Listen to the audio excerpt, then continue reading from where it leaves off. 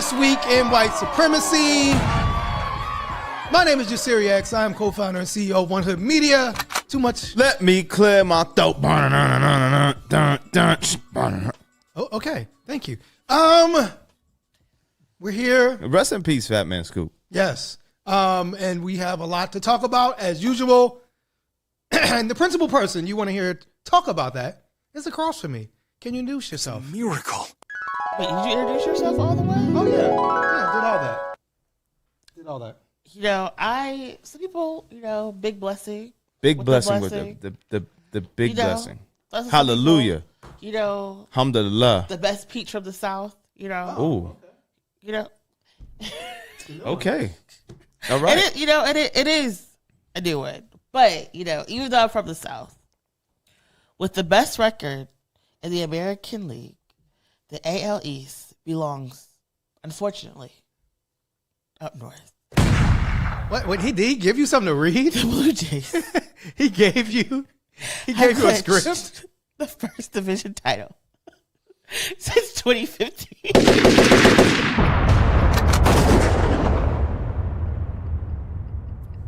Wow. Kings of the North, man. He gave you an actual script to read. Kings of the North. Wow. You see it? Yeah. Kings of the North, Okay. man. Yes. I thought you were about to start playing the national anthem. Oh, I should. I didn't even think you about that. shouldn't have. No. I mean, if you want to expedite your Deportation? soon to be, yes. So never let it be said Clearly, that they're going after educators, right? Yeah. You know what I'm saying? I've never let people say that I never help and make black men happy. I never support black men. Was that the word on the street? Word on the curb was you didn't like support word black on men? the curb. People will always be making up lies. Yeah. I did find that out recently, but The people like making up lies? about me. Oh, yeah. A great poet said, "You ain't got haters, you ain't popping." Oh, That's a fact. I thought you were gonna go with Kendrick's "Niggas Want the Tea on Me." Yeah. Where is the ginger root? New song coming. New Jasiri. Hey, listen. And my brother.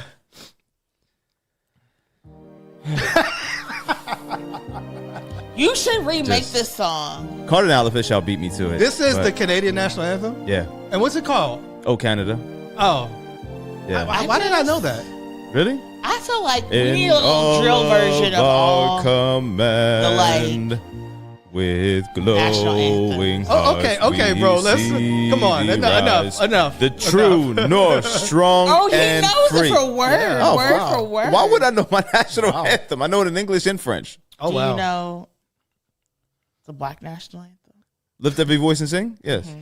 Not the whole thing, though. Not the whole thing. After that first verse, people be like, Yeah. After the first verse, I'm like, what? I just It's recently, like 10 verses to that. yeah, and I just It's recently, mad within the verses. last 5 years, learned the first verse. I have a thing with I'm it. the supreme Asiatic, intelligently divine, the toxic one from Toronto, the gorgeous gaslighter. Yeah. I believe Oh, you that said the rap it Black up. She said, "Wrap that shit up, national nigga." anthem, Yes. you only do Yeah, you have a the theory main about this. part. Yeah, in mixed In company. mixed company. Yeah. Oh, okay. Yes. I hate when people sing the whole entire song. Right. Right. It's like And 20 minutes. You already know nobody knows this song. Right. Right. And then you do this. You don't even do the jazzy stomp your hands. Yeah. Clap your feet.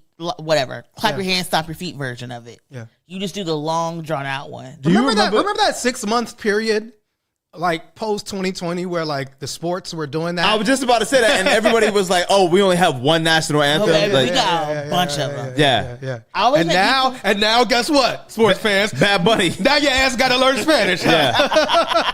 You got until February to learn Spanish. But did you know see? what I mean? But this is a great. And this I is a hope great you don't combo. even speak in English. Me- Don't me do too. nothing in English. You know But what I'm saying? I was seeing this thing with like now all these white people, these Trumpers are like, oh, they're gonna deport him back to Puerto Rico. I'm like, you don't know that Puerto Rico is a U.S. territory?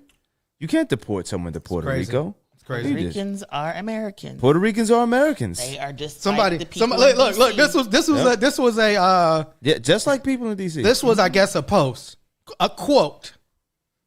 A demonic Marxist who has been granted the largest stage with the greatest audience in the middle of a Christian revival.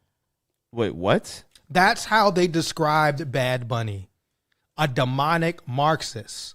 Like, again, when they use terms like that, Not like do they understand what that means? What did Bad Bunny say right. that would have you deem him a Marxist? Now, for Bad Bunny, I mean, like, the fact that Bad Bunny's on a run. Like the last 10 years, he's been on a run. But to me, the illest thing he ever did, and I was WWE. No, he's actually a really athletic wrestler. Can you? All respect to Benito, man. I have no idea he did WWE. Yeah, man. Like, and he's really athletic. He does his own stunts in Bullet Train. How is that revolutionary going on WWE? The most revolutionary thing they did just giving him props. He said, I'm going to do 30 shows. Right. And if you want to come to my show, you got to come to Puerto Rico. Right. Like, that was so ill to me. Absolutely. I wonder if other artists will do something like that. So now you gotta come, you gotta travel to Puerto Rico. You got to bring money into Puerto Rico. Just imagine the infuse of income to the island for him saying 30 days, 30 shows or 30 shows, and every single show is going to, and they all were sold out. Yeah. And all these people came to Puerto Rico, paid for hotels, bought, souvenirs and bought dinners. And I saw a lot of people on my timeline go multiple times. Right. So I just felt like that was a really revolutionary thing to do, to say, no, you got to come to my hometown. And like, to experience me, you have to experience like the whole of Puerto Rico. Yes. Here's some other angry white people angry about Bad Bunny. The NFL chose Bad Bunny to perform the Super Bowl halftime show, despite the fact that he recently said he wouldn't perform in the continental United States again because ICE is deporting illegal aliens. He did say that. And shout out to him. Absolutely. Because he's saying, like, I don't want, to draw people to my concert and then ICE be outside like they were outside, like Dodger Stadium and some of these other places that they were outside, right? Absolutely. So, massive Trump hater. These are the three reasons. It's funny because he's listing them as negatives, but these are the three main reasons that I love that Bad Bunny is performing at the Super Bowl. Massive Trump hater. Yeah. Great. Anti-ICE activists. Yes. No songs in English. Love it. Commentary, how do y'all feel? I'd be so upset when white people get upset. About Why do you be upset? I love it. No. Just let me finish. Okay.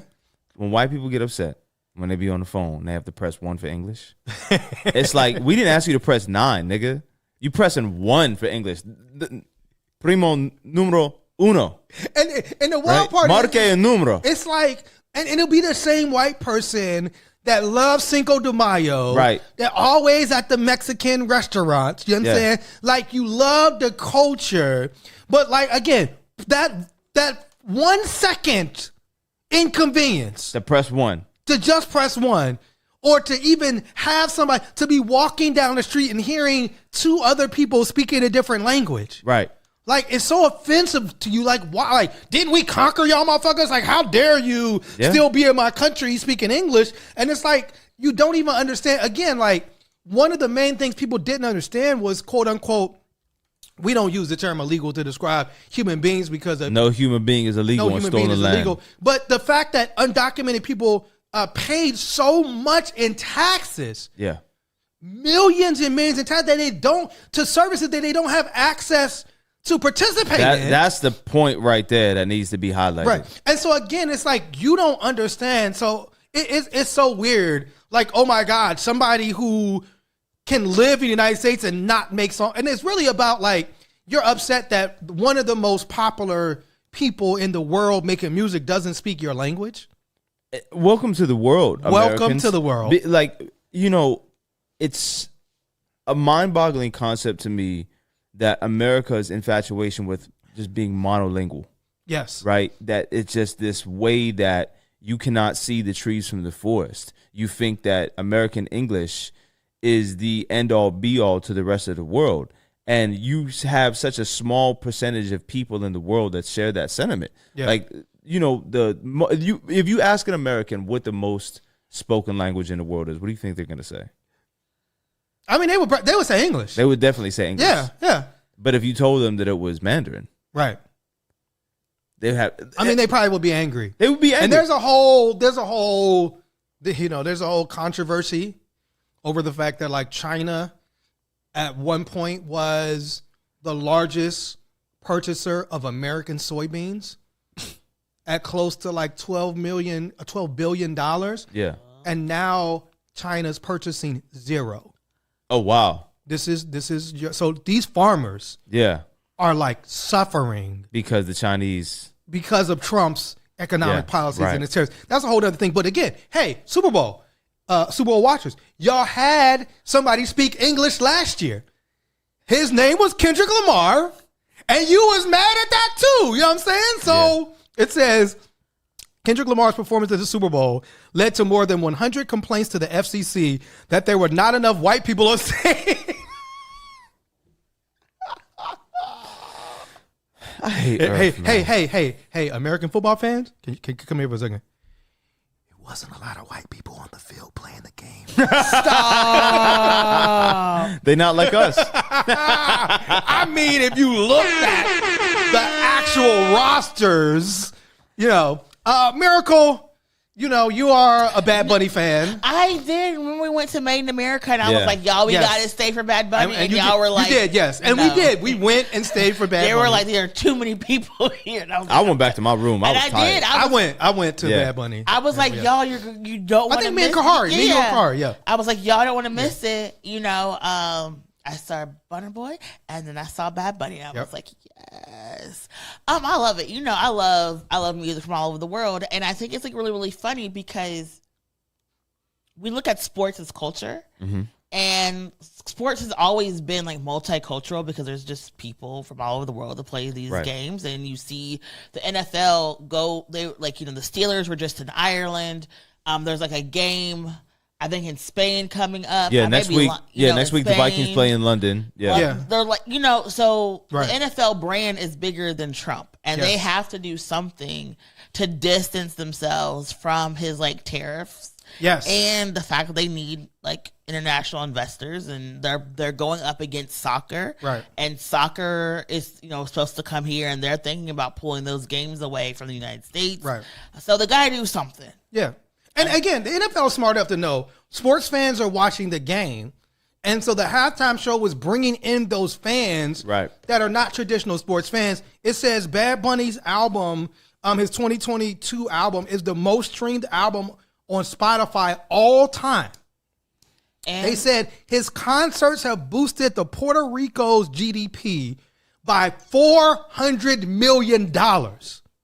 And Bad Bunny is one of the few musicians out right now that could sell out stadiums around the world. It said his final performance for the residency live stream on Amazon Prime was the most watched single artist performance of all time, according to the platform. Like, do you know how big the Spanish-speaking world is? It's massive. And that's why you have the NFL in Spanish. You have MLB Deportes. You have all of these things in the Spanish language because it is a massive global market. And it's like, hey, y'all got your own platforms and podcasts. Hey, how about this? When halftime comes, y'all get y'all unseasoned, crackers or whatever, and you get whatever. What's one of them country music? I can't even name one. What's the country? Shabuzi. No, come on. Shabuzi's black. They mad at Shabuzi and Beyonce. That's why I said they Shabuzi. mad at the black country stars. What's one of them old? Get Garth Brooks or whatever. I don't know if he's still alive. Get one of them dudes. He's too woke. He said Black Lives Matter. Oh, then y'all could just tune in. What's the white girl?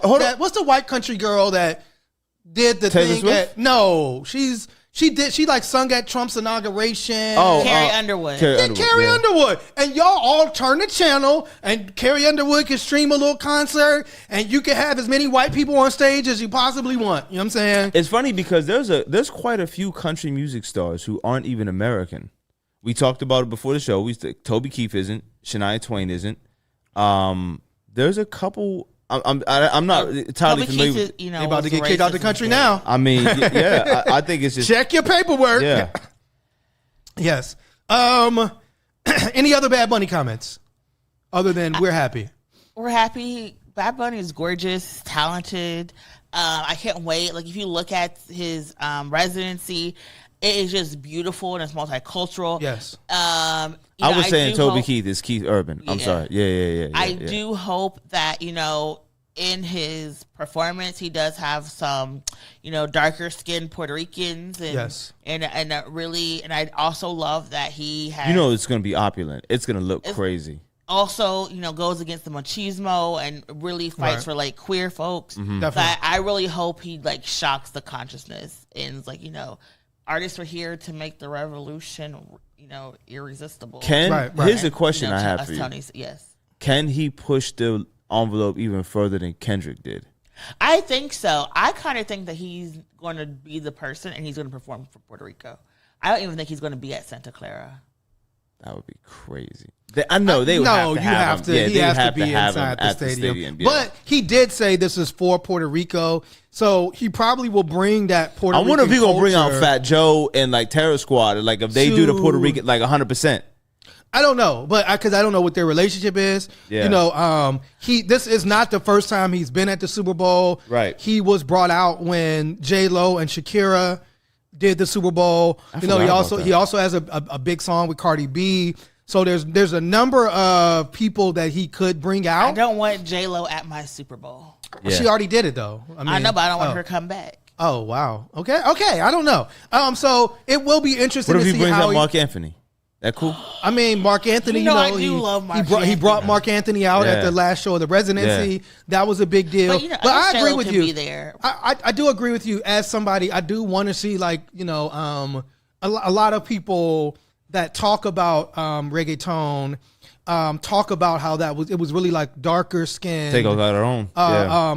Puerto Ricans that manifested that. Mm-hmm. So it will be interesting to see if he addresses that, or he has famously spoken out against ICE, against the deportation. A thing just came out that said that most of the people who are being arrested and deported by ICE are people that have had no criminal record. Absolutely, yeah. And so it will be interesting to see if he does make a political statement about that.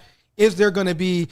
Kendrick made a political statement, but the most powerful political statement during Kendrick's performance was by the guy who got arrested when he held up the sign about, Palestine, the Congo, Sudan.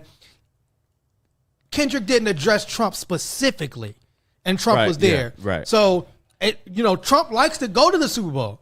And so it will be interesting to see if somebody like Bad Bunny, who again, Bad Bunny got all his money and didn't have to step foot in America. Absolutely. In the United States. I mean, obviously Puerto Rico is a territory, but he's not touring in the United States. The majority of his money is not connected to the U.S. If anybody could make a statement directly to Donald Trump, is positioned to do that, Bad Bunny would be a person that could do that. This is a globally loved person. So I would be interested to see what happens. Speaking of, citizens of the world or the globe, we lost a beloved ancestor this past week in Assata Shakur. Fuck my whole day up, man. Right, but what was powerful though, I guess initially is that shock of, man, Assata Shakur passed away. But then to me, it was this wave of like, not like relief, but pride. Yeah. That Assata Shakur died free. Yeah, that was the biggest thing. She died free, yeah. Because she was still on the FBI's most wanted list. Yep. She was the first woman put on the FBI domestic terrorist most wanted list or international terrorist, whatever that list is. Interpol, yeah. Right. She had, I think, a $2 million bounty. Yeah, the U.S. was willing to lift the trade embargo against Cuba for the return of Assata. And shout out to the Cuban government for refusing to turn Assata over, for providing her safe haven. However, I don't... We're sort of kind of breaking some type of rule currently by publicly mourning Assata Shakur, according to the FBI director. And again, this is where things get kind of weird, right? When it comes to, do we have free speech or not? Because FBI Director Kash Patel told the public not to mourn Assata Shakur. According to Kash Patel, and again, Cash Patel always looks like he was in a dark room and somebody like switched the lights on. I don't know if he has some type of like genetic piece. I don't know what's going on. I don't know why his eyes are like that. You know what I'm saying? He said, for one, he didn't want to call her Assata Shakur. This is what people do when they try to, like, you know, we saw this in the history of Muhammad Ali, right? White people refused to call him Muhammad Ali. They wanted to call him Cassius Clay, even though he took the name Muhammad Ali, right? So he doesn't refer to her as Assata Shakur. He referred to her as her given name that she changed. According to him, she didn't, quote, fight for justice. He said, mourning her is spitting on the badge and blood of every cop who gave their life in service. Let's take a moment of silence, please. Right.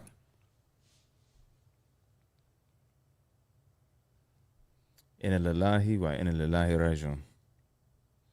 Now, what does that mean, sir? To Allah we belong, and to Allah we return. Okay. Well, you had that. You know, you gotta be careful. You speaking Arabic on the air. Yeah. Yeah, we have a multicultural audience. But again, it's interesting how somebody like Cash Patel could frame this officer's death and ask for accountability, but not the officer who died during January 6th. Right? Come on, man. And there's no accountability for those people who came to January 6th and beat officers and killed an officer.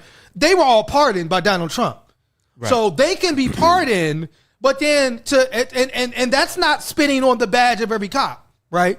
Pardoning people who actually killed a police officer on January 6th. In fact, but before we get into, because we do have some more January 6th news, any thoughts on Assata? You know, obviously her autobiography is a must read. Yeah. A lot of people became to know Assata because of her connection to hip hop. The first Black August concert of a lot of conscious artists that was helped to be organized by Dream Hampton. Shout out to her. Took place in Cuba with Assata present.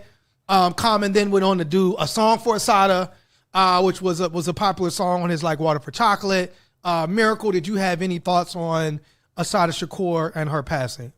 You know, I was unfortunate to be the one to tell people that like and I felt bad about that, right. But because it was like people were saying it, but it wasn't confirmed, and I was kind of like, did we get confirmation? And you indeed, Miracle, gave us the confirmation. Yes. And so I think that was like really, really heartbroken. You know, I always wanted to meet her. I always talked about like how I've been trying like the past decade to go to Cuba, and something has always happened. And so I was very saddened by her passing, but I was also very happy again that not only was she able to die, you know, with her loved ones, but she was able to die free. And she was, for a lot of us as Black women, proof that Black women can be protected, proof that Black women can be cared for, loved on.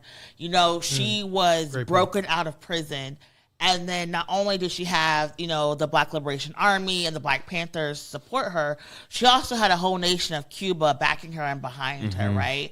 And so this idea that Black women are unlovable or going to be cast aside for progress and revolution with her passing in her life, that was disproven.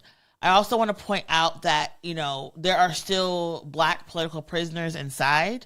The father of Assata Shakur's child, I always say his name wrong, Kamal Siddiqui, is still incarcerated. Yeah. Right? He's been incarcerated for like over 40 years. A lot of our you know, when you think about our people, like the Move family, you know, still just recently was able to get, you know, incarcerated. Mamiya Al-Jamal still incarcerated. So many of our Black Panthers who are just fighting for dignity and self-determination of Black people are still incarcerated. And as we are seeing this attack on Black people, this need to fire Black women, this need to assault our educational systems, it's really important that we not only look at our elders and ancestors, but understand there's so many people still paying the price for what little freedoms we have. Right. And so, you know, we want to say rest in power to Assata Shakur. Absolutely. You know, the godmother of Tupac, you know, a woman from the South, right?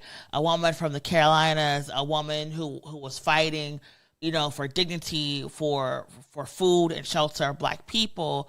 Yes, she was someone who resisted through violence, but she was also someone who was falsely accused. If you don't understand what happened, yes, the officer died, but she did not kill the officer. She was not responsible, for his killing. And there was a lot of there's been a lot of conversations. A lot of people always like, I never know what happened. But with the Black Panthers, even think about, Chairman Fred, Hampton, rest in power. A lot of Black Panthers were being murdered by police officers, or being set up by police officers because they were considered, terrorist organizations.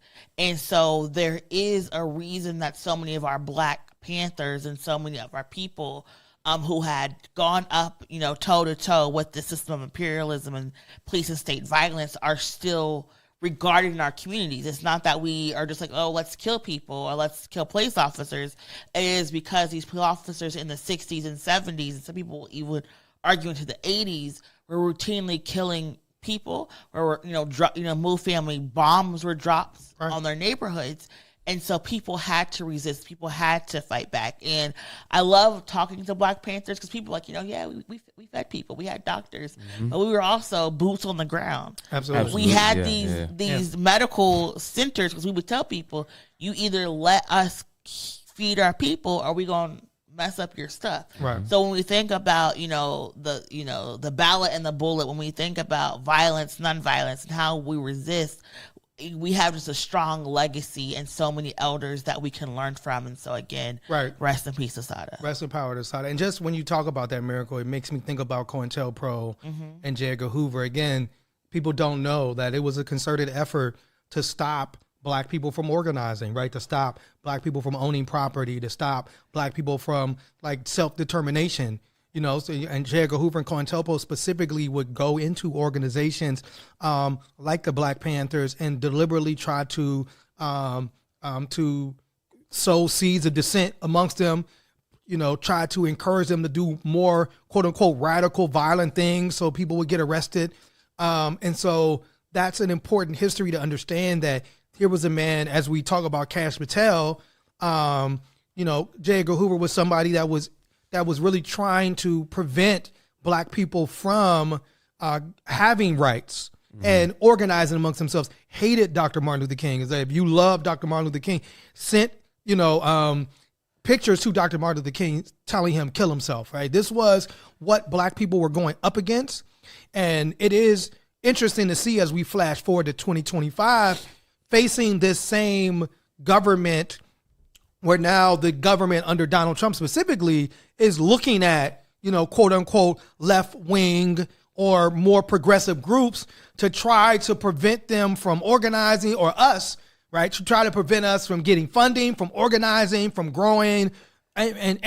And all we're trying to get is the basic rights for people. We're not even organizing. We don't got no armory or nothing like that. You know what I'm saying? We're not even organized at that level. We're just saying, hey, we want basic rights. Hey, we want to be able to go to the grocery store, and the prices are higher in 2025 than ever before. Ever.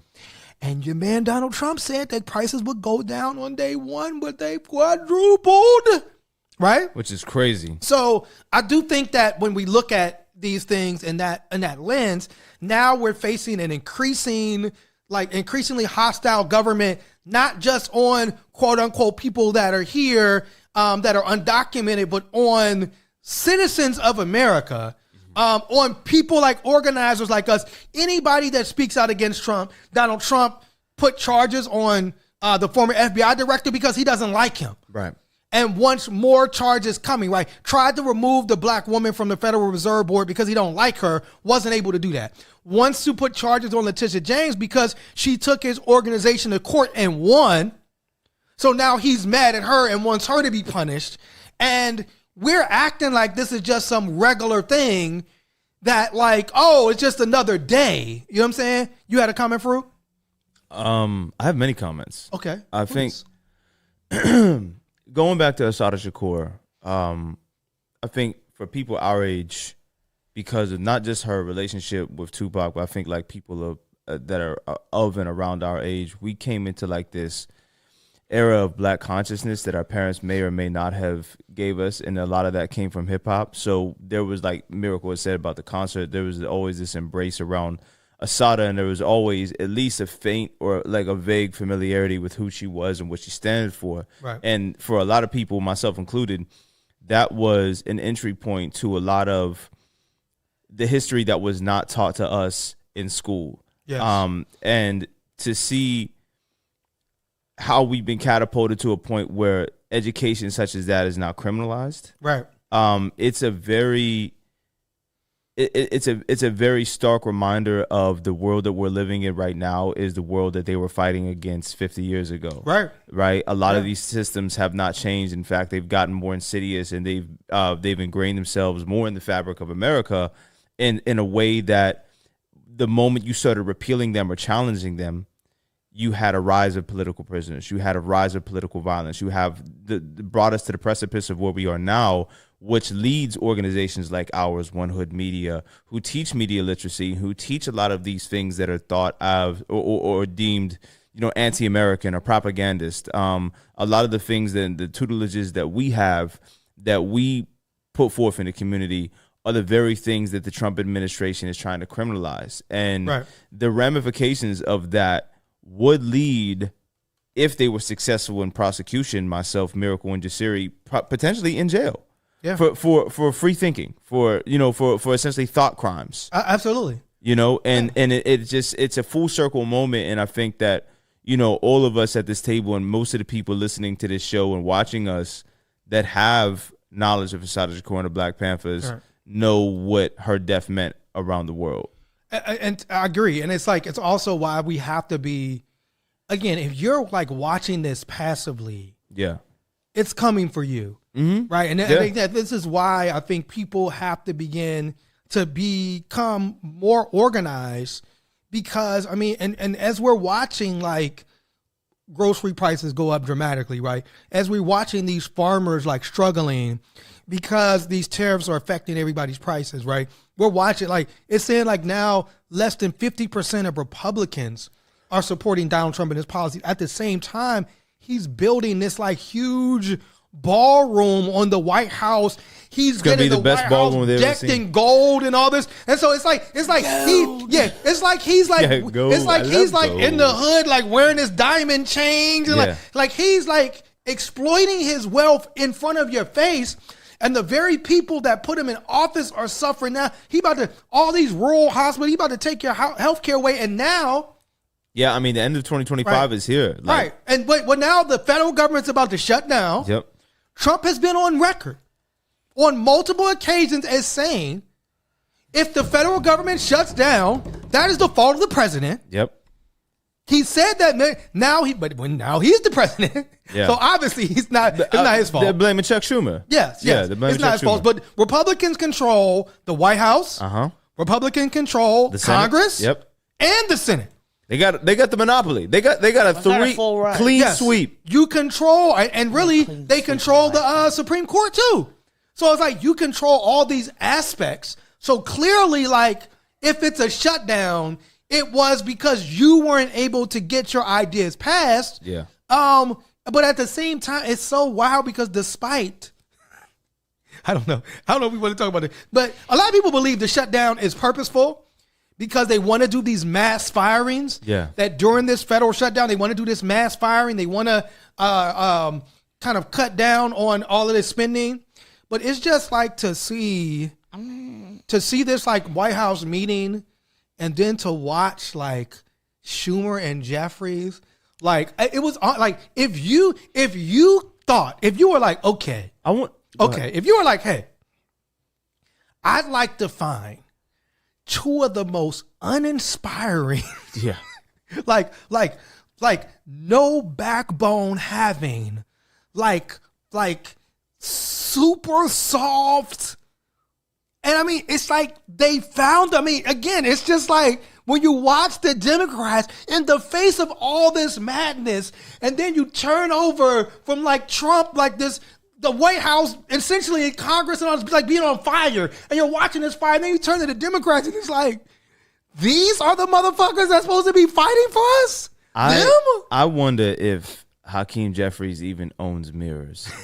Because, like, how can you wake up and look at yourself and with confidence step out the house and say the shit that you say? In fact, Hakeem Jeffries, I'm that serious. You laughing? I'm being serious. Like, And Chuck Schumer. and Chuck Both Schumer. of them. Yeah.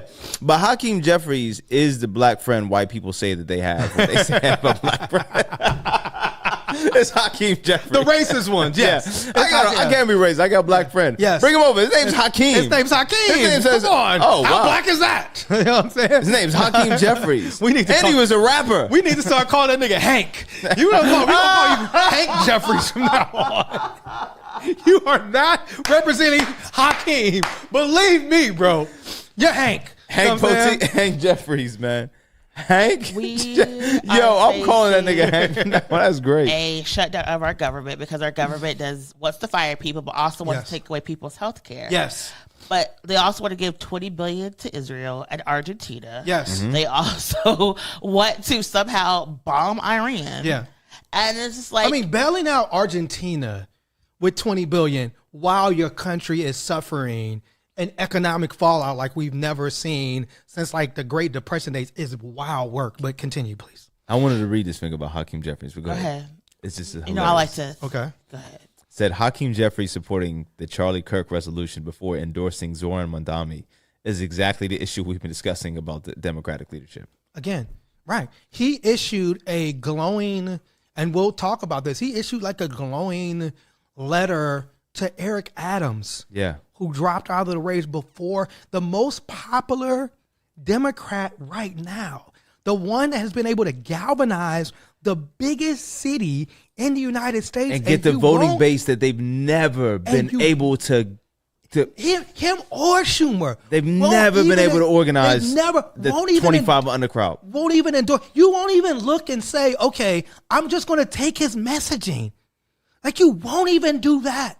I mean, these dudes, Schumer and Jeffries, should have crawled out of the White House on their hands and knees. Absolutely. I mean, that's how badly they look. But Miracle, you were giving us the whole breakdown of the shutdown. Yeah, we don't want to keep shitting on Hank. Well, we can. I mean, We can. We can loop Fetterman right in there. Oh, yeah. So it's just like, do we need health care? Do people in Pennsylvania need health care? Like, do we really need to fight? Crazy. For our people?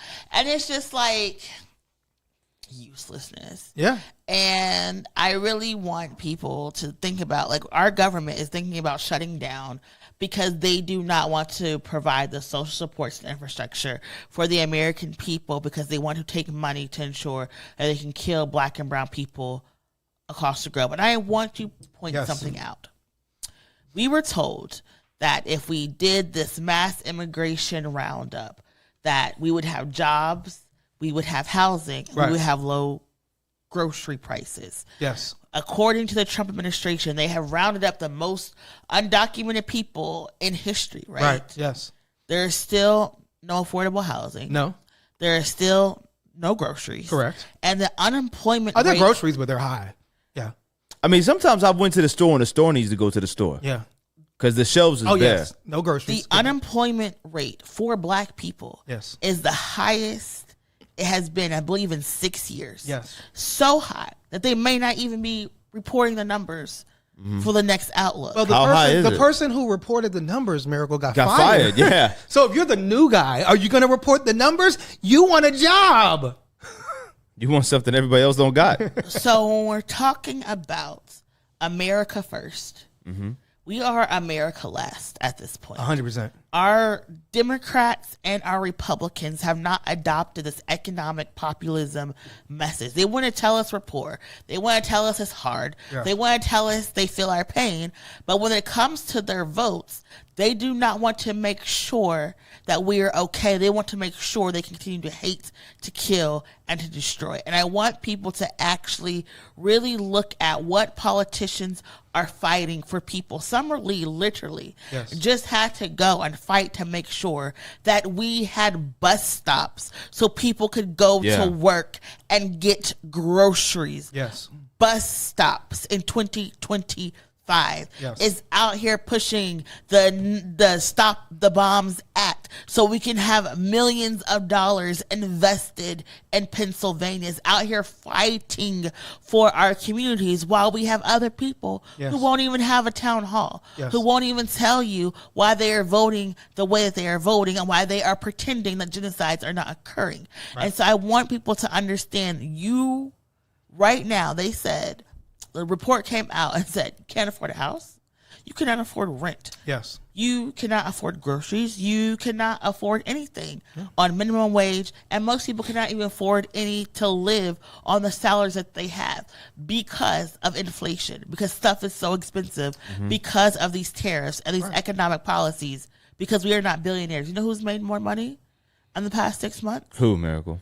Billionaires. Right. And really? Who are already taking money from us. And Miracle, they're about to cut SNAP benefits. Yep. While people are not, they're going to say, oh, if you want Medicare, you have to have a job. Even though there are some people, obviously, because of their you can't, if you make too much money, can't work. Yeah, and if you make too much money, you can't even get, you don't even qualify for Medicaid then. And disabled people can't even get married. Right. Because of the huge income restrictions. So this is like literally like the Hunger Games, literally. Absolutely. But again, I think like sometimes we'll talk and then a title comes, America Last. I mean, that's America Last. America Last is what we're watching. And then at the same time, what is Trump doing? He's threatening. Golfing. Oh, he's golfing. Yeah. Terribly. And he's putting, again, I don't know who made the decision to like up the orange makeup rate. I mean, he's getting oranger and oranger every day. He's like a burnt sienna. Who is that person? Can we find out who does the White House makeup or Trump? Who pats him down with his orange makeup every day? I'm curious as to that. But anyway, Trump tweeted out a threat to New York City. You know, where he's from. Trump said, self-proclaimed New York City communist Zoran Mandami. So obviously and clearly Zoran Mandami is not a communist and never claimed to be a communist. But again, when you talk about like people being able to do the things Miracle said, have a place to live, have a place to eat, right? Be able to get groceries, be able to maybe send your child to college to maybe improve their condition. That's labeled communist, right? Oh, I just want to be able to go to the doctor when I'm sick. You communist? How dare you? You just take some pills and go to work like everybody else, which is weird. So Donald Trump put on Truth Social, self-proclaimed New York City communist Zoran Mandami, who is running for mayor, will prove to be one of the best things to ever happen to our great Republican Party. Okay. He's going to have problems with Washington like no mayor in the history of our once great city. Remember, he needs the money from me as president in order to fulfill all of his fake communist promises. He won't be getting any of it. So what's the point of voting for him? This ideology has failed always for thousands of years, as Trump's ideology is like failing right in front of our eyes. Thousands of years? Yes. Thousands of years. And it will is crazy. fail again. That's guaranteed. Again, here's Donald Trump. And again, it's just a Tuesday. Oh, just another mayor that Trump has threatened to withhold money from. Fuck the people in that city that may have voted for him, right? That need these resources, right? That maybe want the firefighters to show up when something is burning, right? Fuck all them. But again, if you want Mandami, if you think Mandami winning will be the best thing to happen, why aren't you telling people to vote for him? Yeah. Right? Why did you force and finally able to get Eric Adams out of the race? You know what I'm saying? Eric Adams, who was polling below. Yeah, terrible numbers. He was polling below what's the guy that was in that? It was like the group back in the day in New York, the Guardian Angels dude. He was performing below that guy as the mayor. You know what I'm saying? So he's out of the race. What do we think? I was so happy. I love when bad things happen to Eric Adams. Like, I wake up in the morning and I praise dance every time I hear something bad happen to him. I just give thanks because God is good all the time. And all the time, God is great, man. You know what I mean? Like, yes. Eric Adams, fuck you, nigga. Yeah. Bitch ass nigga. I mean, it's funny how he went from the new face of the Democratic Party, again, to show you this is how bad. I wonder if him and Hakeem Jeffries are going to do something together now. Again, Hakeem Jeffries wrote a glowing. Yeah. He wrote a glowing thing. They're going to drop out and just do podcasts. They're going to be on the Fresh and Fit podcast. Would it be wrong for me to say that he put the hawk in Hakeem? Stop. stop it right now. That is not even a. You know what? I'm just saying. He said his name Huck 2 Jeffries. Please stop. Please stop. I'm trying to behave. So again, you know I have inappropriate jokes. And here's Eric Adams. He just went on the Breakfast Club. Hakeem Jeffries is definitely a bottom. Yeah. Hakeem Jeffries, APAC Shakur. APAC Shakur, Hank Jeffries is definitely a bottom. All my gay friends watching this, tell me you agree. He just likes to sell out his people. And here's the thing about Eric Adams. Yes. He's in the race play. I guarantee you Hakeem Jeffries is in the race play. Allegedly, this is all jokes. Do not sue us. That's all we have. You know the little thing at the beginning, a little disclaimer. It's a comedy podcast. Come on. I'm joking.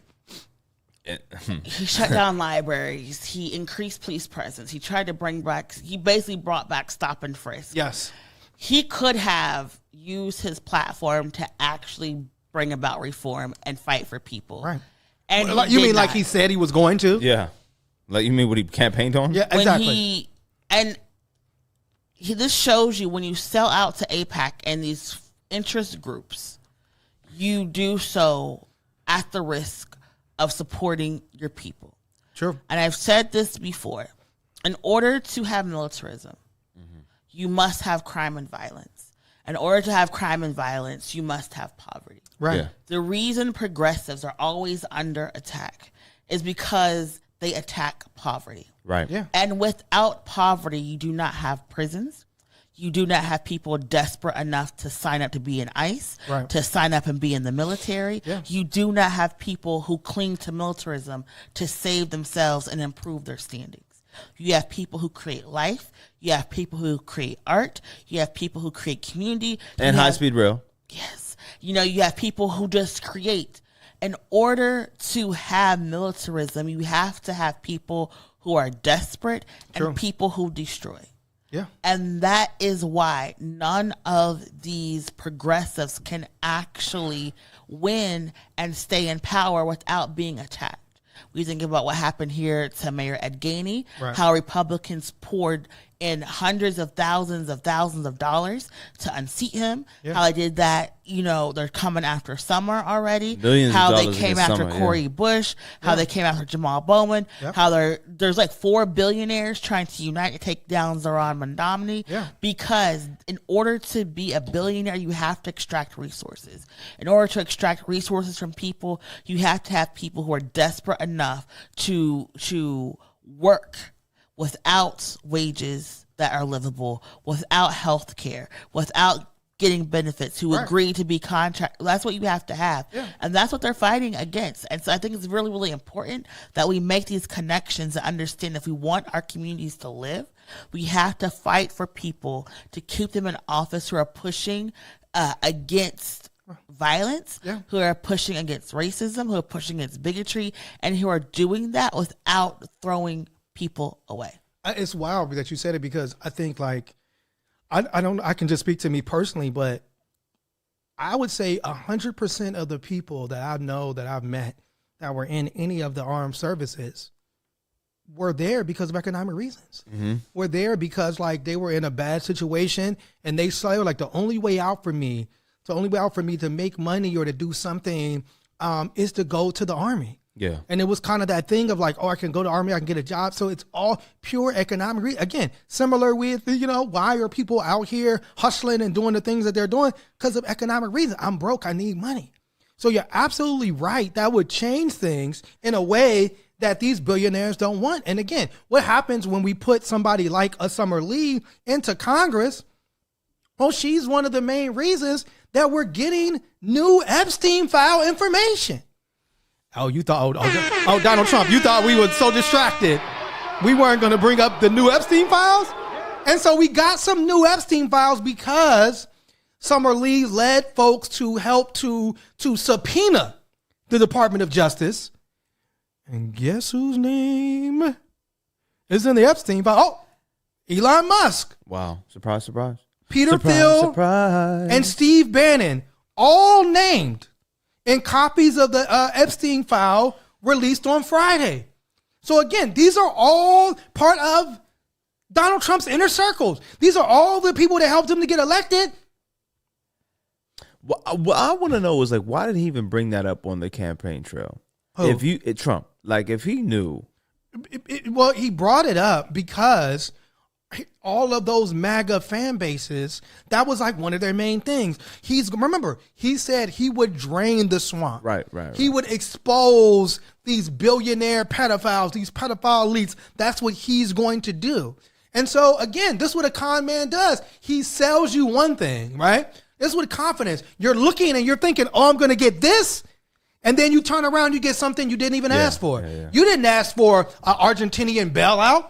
You didn't ask for billions more in weapons to Israel as if they like don't have enough weaponry already. You didn't ask for any of this. So that's what a con man does. You didn't ask for, like, Qatar gave Donald Trump the plane, but they got to repair it. They got to update it. You didn't ask for your taxpayer money to be spent on updating this plane that Donald Trump is going to keep when he leaves office, if he ever does that. You know what I'm saying? So, again, to have Elon Musk, who famously called out Trump for being in the Epstein files, well, now you're in the Epstein files as well. Yeah. That is the so jokes write themselves. It's I have a theory. You know how like in the hood, yeah. You know how like everybody has like to shoot the gun when stuff happens? Yeah. Like New Year's Eve and everything? No. You know how like if something happens, it goes down, everybody's got to shoot the gun. Like if there's a robbery. Oh, yeah. Because it's like we all in this together now. Like I feel like this Epstein situation is the rich billionaire aspect of that. Yes. Of like, I got dirt on you, you got dirt on me. Yeah. We all gonna do this thing, and so like now you won't move against me. Look at who Trump has put in his inner circle. They're all people who have been accused of doing some wild, foul shit. Mm-hmm. You know what I'm saying? All of it. I mean, come on. You got the dude, the Secretary of War, his mom called him a fuck nigga. His own mom. Which is crazy. It's crazy. So it says, documents purport to show Epstein's phone logs, flight logs, and daily schedules in financial ledgers. It says, there's a listing in Epstein's records that says in December 6, 2014, reading, reminder, Elon Musk to island, December 6. Is this still happening? I mean, Elon was going, where are all them trolls now? Yeah. November 27, 2017, lunch with Peter Thiel. Thiel is a major donor. Peter Thiel, that billionaire, was supposedly the reason why J.D. Vance is vice president. Right. It says February 16th, 2019. Remember, 2017, we knew what Epstein was on. Oh, absolutely. You know what I'm saying? Absolutely. Like 2019, it says breakfast with Steve Bannon. We definitely knew what Epstein was on. So again, it's super, super interesting to see that. And the other controversy around Epstein is that there was a special election for Congress in Arizona. Mm-hmm. And a representative was, a Democrat was elected. I'm very, very bad at name pronunciations. Adelita Grijalva? That's probably all wrong. So we just gonna call her AG. To my sister AG, my bad. I'm not great with the names. But once she's sworn in, mm-hmm. she would become the 218th signature on the Epstein Files petition, which will force Congress to put out the Epstein Files. And so the House Speaker, Mike Johnson, is trying to delay, of course, putting her into office, of course, so they don't vote on the Epstein Files. It says the House has been scheduled to vote on Monday and Tuesday, but Johnson canceled the votes in order to put more pressure on Senate Democrats to accept the government funding bill. Interesting. I mean, the things they'll do to like save Donald Trump. And it's wild because he wouldn't say, he's going to throw you to the wolves immediately. Absolutely. He's not going to save you. You were gonna say, brother? No, it's just like you said, the lengths they are going to defend this man. Yes. One of the worst people. Yes. And not even on an opinion scale. An awful president. And human being. Awful human being. Yes. Yep. Right? How is this even a redeemable? The things he said are reprehensible. Yes. The things he's done. Yes. The ways that he's even marginalized and excluded his voting base. It's crazy. And yet they will do anything they can to champion this man and, deify him even. That's why I hate Earth. Yeah. It's a very whack place. It's like when you look at, like, it really speaks to America last, right? Yeah. Because look at the people who have emerged and at our leader. Like, look at our leaders on the Republicans and the Democrats. Look at them. Yeah. And so it's like, oh, I have to be this type of, in order to get this level of power, I got to be this type of person. Makes you almost not want it.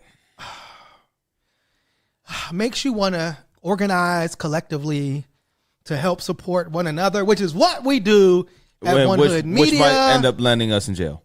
It could. Well, yeah. I mean, what's a little rest? It's a little nappy now. I wonder if they're gonna welcome me back. Welcome me back. Like welcome back, Carter. I mean, again, we hope to not have to go to jail because of words that we said. I mean, I'm not going back to jail. We have a constitution. You're gonna be in Canada. I'll tell you what. You gonna be up in Toronto? Listen, cheering on the Blue Jays in person. If it's over a mill, don't put the crib up because if I get free, I'm gonna run. Yeah. Be in Cuba.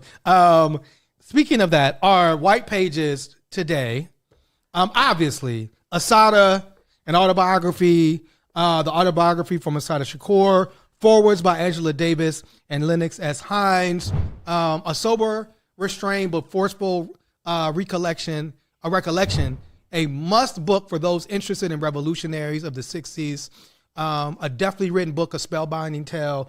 Assata will live on in our hearts, and we appreciate the sacrifice that she made, and we encourage, if you have not read Assata, please read that. We also have a gift. Did you want to talk a little bit about this gift that we got? The gift. Let's see. And who is it from? I don't know. Okay, so we got a gift from one of the people that watch This Week in White Supremacy. They sent us a gift. Okay. The tree-free greetings. It says, hello, everyone at This Week in White Supremacy. Yes, these are for Miracle. I dyed these myself, hoping to make some other things for the rest of you. My husband, Russ, and I enjoy all of you. You keep us sane in Idaho. I think it says Roberta. And then I agree with Miracle. You should have a jacket. I don't know. I guess we said something about a jacket. I can't remember. But like, we need a jacket. Oh, I mean, she might mess around and sew you one. So beautiful. What's her name? I think it said Roberta. Roberta, thank you, Roberta. Thank you, Miss Roberta. Oh, Roberta and Russ. Thank you. Beautiful gifts. We do accept gifts. Oh. Yes. Yeah. We accept gifts. Wait, it's got. Yeah. Oh, look at ASMR. Oh my god. Okay. Wait, it's got Farouk's favorite color. Let me see what this looks purple? like. Yes. Purple is my favorite color. That's what I said. I was just affirming. Okay, Oh, that's true. That's true. Okay. Oh, and you could it matches your outfit. Yeah. I mean, I can wear these as head wraps too. Absolutely. I would say, you absolutely can use it as head wraps. Yeah. And Miracle, when you when we end up in prison, you can put those over your pillows to make them very comfortable. When I start the revolution, I can put these on my windows. Yeah. Instead of papers. Absolutely. It's a These are lot. very beautiful. Thank you, Miss Roberta. I love how talented our people are. This is so gorgeous. Amazing. So if you, and then we also have, I don't think we have any black mail specifically, but if you want to contact us about anything regarding the show, info at One Hood, that's info at onehood.org is our handle, our email. We do have this from, although this was a little bit older, I forgot to mention this when we kind of did our Black Male Roundup. This is Marlene. Completely understands your frustration with this crazy world we're living in now. Miracle, thank you for your love and inspiration. I would love to know how you're able to be so positive. Thank you all for the show, Marlene from Florida. How are you able to be so positive? You know, I don't know. Because you get gifts? Yeah, I get gifts. I was talking to, my Pittsburgh father, and he was saying in the Quran there is this saying that like nothing lasts forever. It's like there's I forgot what is it. Do you know what it is? He said the specific hadith, no, or the specific ayat, no. But I know the passage. He was saying like, basically it's kind of like how in the Christian thing, like, joy cometh in the morning, like, right, it's not always going to be this way. And so I like to focus on the fact that like the world has to get better. It's going to get better. And as we go through the fire, we are finding comrades and community in the people who are going to make the world a better place. So that's why I stay positive. Also a lot of chocolate. Yes. And a lot of traveling. And just, Miracle will just go online and look up clips of high-speed rails. Yeah. I do. I'm so excited. Like, listen, okay. So, like, I'm supposed to be, like, traveling in a couple of months to a place that has high-speed rail. I kind of want to reach out to the people and be like, can you please just, like, let me just, be an influencer and just hop on rail to rail and just, like, make me so happy. But I am just, like, so excited that I get to have, like, 4 days of high-speed rail. Like, y'all have no idea. Like, these are the things I pray for. But yeah, so like I just that's what pray I look for times like this. Yes. Shout out to Meek Mill. With that being said, do we have any final words? Yeah. So go ahead. If you're in Pittsburgh this weekend, this Saturday, I'm doing a Gatekeepers podcast programming again. It's free for the women's. We're asking, the men to like make a little small donation because we're talking about how do women gatekeep each other? How can we sometimes be our best and worst enemies? And then how do we move forward and how do we build like community?